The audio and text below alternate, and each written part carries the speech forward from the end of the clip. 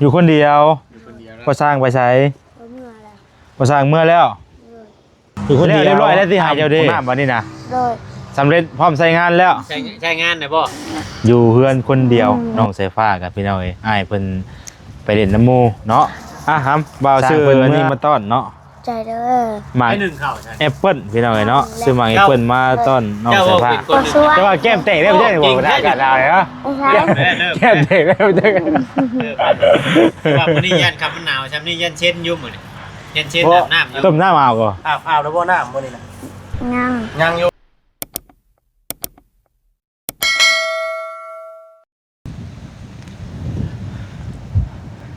เอาพี่น้องเปิดภาพมามื้อนี้ก็อยู่ที่บ้านน้องบุญทวีเด้อพี่น้องเด้อเนาะกับสบายดีพ่อแม่พี่น้องเบิดสุขสู่คนพี่น้องเนาะพ่อกับซ่องบ่าวแสนคือเก่าเนาะเอาพบกันมื้อนี้พี่น้องทางบ่าวแสนก็กำลังจะเดินทางขึ้นไปพระลานไส้เนาะหรือว่าบ้านทุดซุมพุ่นแหละขึ้นไปหาน้องดินดาน้องกัญญาพี่น้องเนาะระวังขึ้นไปพี่น้องกับมื้อนี้กับทางเบาจิตคือเก่าแหละพี่น้องเนาะเพิ่นมีเวียกกับน้องนิลาน้องกัญญานี่แหละเนาะพอดีมีเวียกทั้งนั้นก็เลยขึ้นไปนำกันคือเก่า4คนมื้อนี้พี่น้องเนาะมีเบาจิตเบาเวียงเบาซาดีแล้วก็เบาแซนเบาคำเพิ่นบ่สบายเป็นไข้พี่น้องเนาะก็เลยบ่ได้มานำกัน เนาะแล้วก็สิแวะหาทางตู้จวยเพิ่นนำแน่มื้อนี้ระวังที่ว่าขึ้นไปพี่น้องเนาะอากาศลมหนาวเด้อพี่น้องเด้อจังได๋ก็เนาะฝากพี่ฝากน้องดูแลสุขภาพกันได้เด้อเนาะพี่น้องอากาศเริ่มโหลมออกแล้วอยู่ทางบ้านก็ลมหนาวพี่น้องเนาะบ่ได้มาเมื่อวานนี้ก็บ่ได้มาพี่น้องเนาะเรื่องเรือนซานหรือว่าบ้านของแม่ลูกหากะยังบ่ทันได้ไปบ่แซนก็ได้เพราะว่าไปว่านี่ก็ทางพ่อว่านเพิ่นบ่ได้เฮ็ดเวียก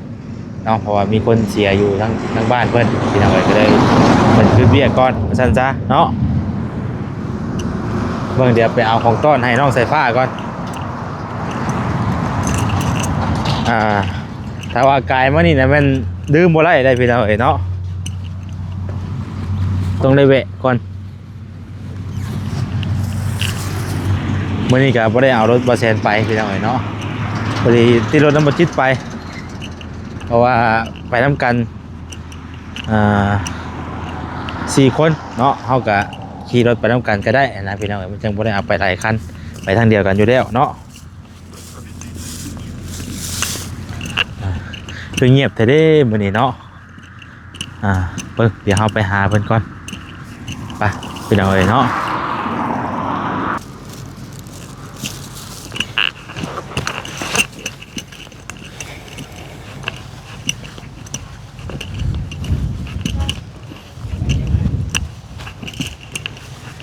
อันนี้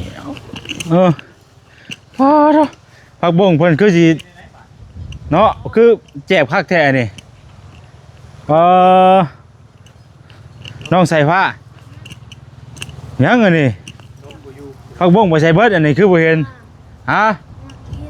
มันยังก็งัวกินเบิดงัวกินเบิดเลยฮักแน่ดีรอเนาะ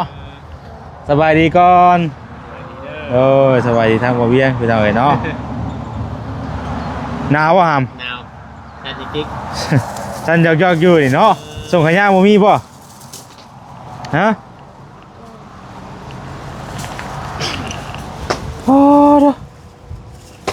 ออยู่กับไผนี่ อยู่คนเดียว อยู่คนเดียวบ่สร้างไปไส เมื่อแล้ว บ่สร้างเมื่อแล้วอยู่คนเดียวอ้ายเจ้าเด้ ไปเล่น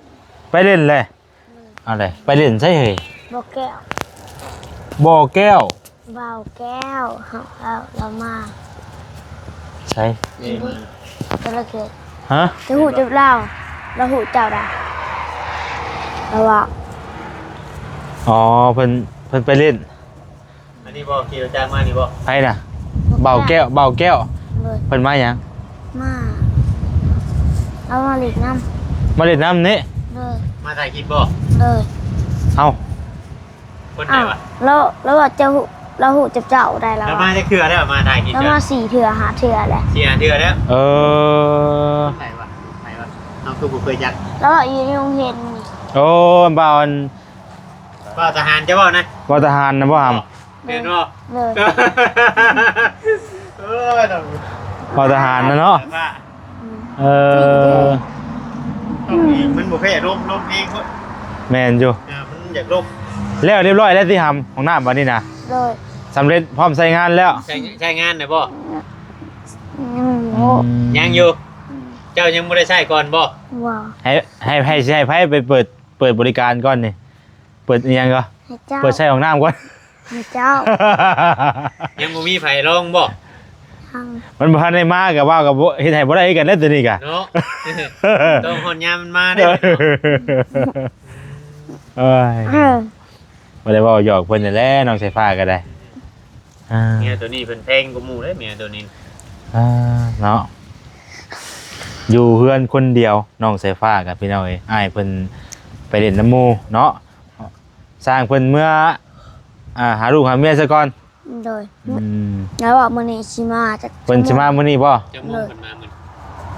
ยังบ่ฮู้ หำบ่าวซื้ออันนี้มาต้อนเนาะ ใจเด้อ หมาก ให้หนึ่งเข้าใช่ แอปเปิ้ลพี่น้องเอ้ยเนาะซื้อหมากแอปเปิ้ลมาต้อนน้อง เจ้า สาย ว่า ฟ้า เป็นคนหนึ่งน่ะ เลย โอ้เก่งแท้หนึ่งเข้าก็ได้ อืม ว้าว คนหนึ่งแต่เก่ากัน พอสร้าง พอสร้าง ทางมือ เจ้าก็เฮียนเฮ็ดน้ำเด้อเฮียนเฮ็ดน้ำเฮาจังฮู้จักเฮ็ดเป็นเด้ว่าต่อไปเฮ็ดกินเองกินอยู่กินเองเฮาก็ได้เนาะพี่น้องเอ้ย แซ่บเด้อไข่โฮม หึโคมมาใช่น่ะ โฮม พวกกินเป็นเหล้าฮักแต่โคมกะ ลุงบ่ลุงอยู่บ่ตอนคืน โฮม ได้ไปก้านยังแน่ตอนคืน งานไปการยังจะเป็นวงใหญ่ตัวนี้ เอ จะเป็นวงน้อย อ แนะมาพี่ก่อนนะครับน้องจะว่าใครนึงโอเคเงียบมื้อนี้เนาะ เงียบ น้องจะพาอยู่เพื่อนคนเดียวน้องแนงอยู่บาสิบ่ได้อันขึ้นไปอันพระดานชัย บ่ได้นั่นบ่ เลยสบายดี สวัสดี ยังกินข้าวได้ตอนเช้า ยัง ยังอยู่วันกินกับยังสวัสดิ์ บ่มี อ๋อพอสร้างบ่อยู่แล้วบ่มีแนวกิน นอนเฮากัน นอนอย่างเดียว พอสร้างแล้วไปใช้ นอนอย่างเดียว มาบ้านแหละ ไปมาบ้าน เลย เมื่อบ้านเมื่อหาลูกหาเมียเพิ่นเนาะขากะลี เปิด โยมมันกินหอดเมียแล้วเนาะ เนาะ ประมาณ เลย เมื่อได้รับสิมาบัดนี้ มื้ออื่นติ มื้ออื่น เลย ไปได้ของน้ำทดลองแล้วบ่ ยังบ่ ยัง ผู้ใดต้องการก่อนไปทดลองรถระบบ ถ้าได้เปิดซิงบ่ ยังอยู่ยังนะว่าจะว่าลากเปิดได้บ่จัง ยังเอ้ย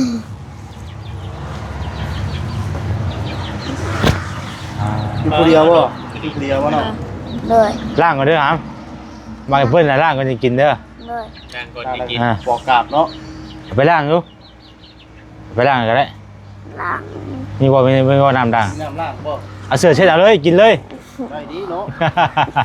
เอาเสื้อเช็ดกินเลยอากะลีน้องจะพาดิเนาะ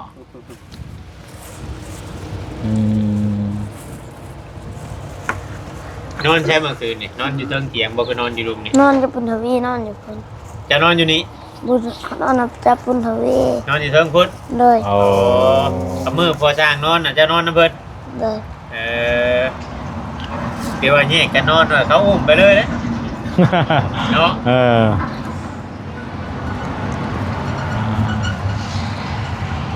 โอ้หนาวแห้งเลยว่ามันกำลังเริ่มหนาวตอนแรงว่านนี่เมื่อก่อนน่ะยังฮ้อนอยู่เนาะ ไหนกันไหนดีกันอีก วันนี้ก็เลย ไก่จะบ่นี่น่ะ เลย มันบ่จ่อกระเป๋าเข้าบ่คือบ่เห็นอันปกเห็นหยัง ใช่ โอ้ยตกเลย เอาต้อง น่า ตุกปูรุ่นเนาะ ปูได้เลย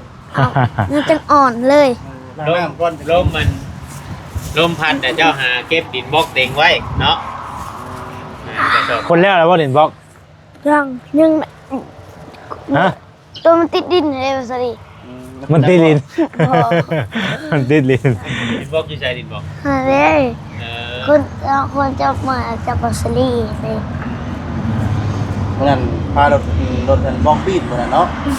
ที่ทำบัสว แต่ว่าแก้มเตะได้ไม่ใช่บอกว่าอากาศหนาวเลยเนาะ ไม่ใช่ แก้มเตะได้ไม่ใช่ ว่ามื้อนี้ยันครับมันหนาวช้ำนี่ยันเช็ดอยู่มื้อนี้ยันเช็ดอาบน้ำอยู่ ต้มน้ำเอาก่อน อาบแล้วบ่น้ำบ่นี่นะ ยัง ยังอยู่ เออ อาบถึงเว้นไหมจังไหนคำมาหนาวได้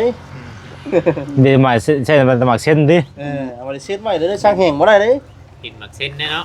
อ้าวเส้นกันแบบเราคำบอกฮันเลยเส้น เออ เส้นมืออื่นมากกับเส้นนี้ เส้นมันเนี่ยกับเส้นนี้อีกเนาะ เลย อ่า เส้นสองมือกับเส้นนี้สองมือ เส้นสองมือก็ต้องได้สองเทื่อได้เนาะ เลย เออ เอากาดตอนเช้าจะตอนแรกเอาก็แล้ว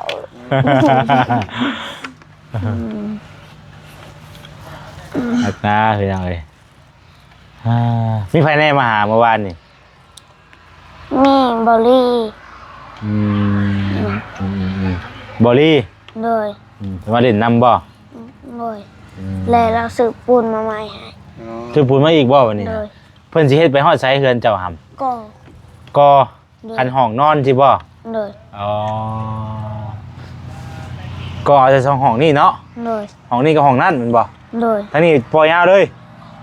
ฮะ ปล่อยยาวเลยบ่ทางนี้ เลย ปล่อยลงเลย เลย ขนาดแต่สองห้อง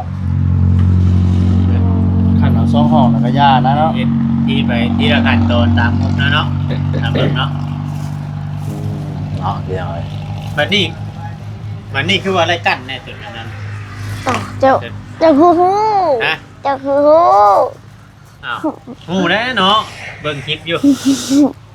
อะไรก็ เออ อ่ะ น้ำหมูเห่าน้ำบอลลี่ เมื่อไรกับทางเรื่องงบนี่กับทางบริษต้องถามทางบริษนะเมื่อไรกับเนาะ แม่น แล้วกับปอนิวกินหมูกระทะมือแรง โอ้ ดูท่าอีกเด้เอ้าบ่สิได้สิไปอยู่บ่เนาะบ่นี่ เออ โอ้แมลงนี่ ปอนิวเลี้ยง แว่ได้แมลงนี่ขากลับมาพูดแว่ได้แมลงนี่ เลย ให้แว่อยู่วะ จังมุงมีนัดจังมุงอ่ะ 6 โมง สบายดีพี่น้อย สวัสดี 6 โมงนัดกัน6 โมงบอก โดย เออเตรียมท้องเฉพาะจังบุกินข้าวเด้เตรียมท้องไว้อันนี้มากินหมูกระทะเพิ่นว่า หมูกระทะ อยู่ไหนอะ ปอนิวเลี้ยงแรง อยู่นี่ เลย ว้ายเอาตรงมาให้ทันได้ซะเนาะ ต้องไม่ท่านน้องใส่ผ้าได้แมลงนี่เนาะ เจ้าก็ลงมาแต่4 โมงเจ้าก็ แล้วบุรี4 โมงเลยนะ แม่ เพราะว่ายังไม่ได้เครื่องได้ดีนี่แหละเออ เปิดสิฮอดพุ่นเนาะ เราจะฮอดพุทธก็ได้แวะหาก่อนเท่ากับแวะซื้อเครื่องซื้อของน้ำ 4 โมง แม่ มันก็เลยช่วยเนาะ แม่ พี่น้องเลย เวลาเป็น4 โมงไวเท่าคำเติบแหละ ทำเติบเนาะเอ้ย เจ้าก็บอกไป หืม เจ้าก็บอกไป บ่ไปจะได้เวียกก็อยู่พุ่นก็ต้องไปเวียกให้พุ่นแล้วพุ่นเวียกพุ่นก่อนบัดนี่เนาะ บ่ให้ไป ไปอยู่เนาะ บ่ให้ไปไม่ไปก็บ่ได้เด้เว้ยไปเฮ็ดเวียกอยู่พุ่นก่อน ให้เจ้าอยู่ อืมมื้อหน้าก่อน ให้ นะครับ มา ว่า ซื้ออยู่ ให้บ่สิได้อยู่ ป้าไว้ผู้หนึงบ่ เลย บ่ได้ให้อยู่บ่ ให้อยู่บ่จิตก็ให้อยู่บ่ให้ไปจักคน เอ้ย มามื้อใดก็บ่อยากให้ไปกลับนะเดี๋ยวนี้นะบ่มีหมู่ได้แล้วเหงาเด้ มา ใครอยู่คนบ่มื้อนี้ เด็กน้อยขาดความอบอุ่นไปหน่อยนะผู้ใดมาก็มีแต่อยากให้อยู่พี่น้องคนแรก คือสิมาทันอยู่กินหมูทาเนาะ เลย นัดเพิ่นไว้ได้บ่ เลย มื้อนี้ยังบ่ได้กินข้าวมื้อนี้บ่ นั่ง มื้อผู้เคยชวนกินมาจักกัน พี่เห็นห้อยจกอยู่จ้ะ เอาโมเมนต์เฮาจบ แค่น บ่ฮู้เฮาจบก็มา เจ้า จกเกลือมา จบก็มันแล้วมันหิวเลย มาตัวเองเด้ บ่กิน บ่กิน เออ พอบ่อยากบ่ บ่อยาก มากินไปเอาเรื่องหมาเพิ่นประตูพันน่ะได้ลูกได้แล้วฝากบอกจะอยู่มื้อไหนจะบ่ได้จะบ่ได้คลิปไปบ่ บ่ได้เบิ่ง โอ้ยมาเอาลูกชายก็มาเอาเด้อเราอ่ะแล้วฝากบอกอยู่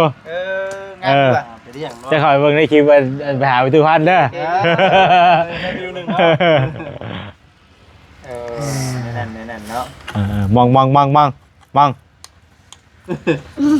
เฮ้ย น่ากินนะ บ่ได้บ่อาหารเจ้านั่น นะ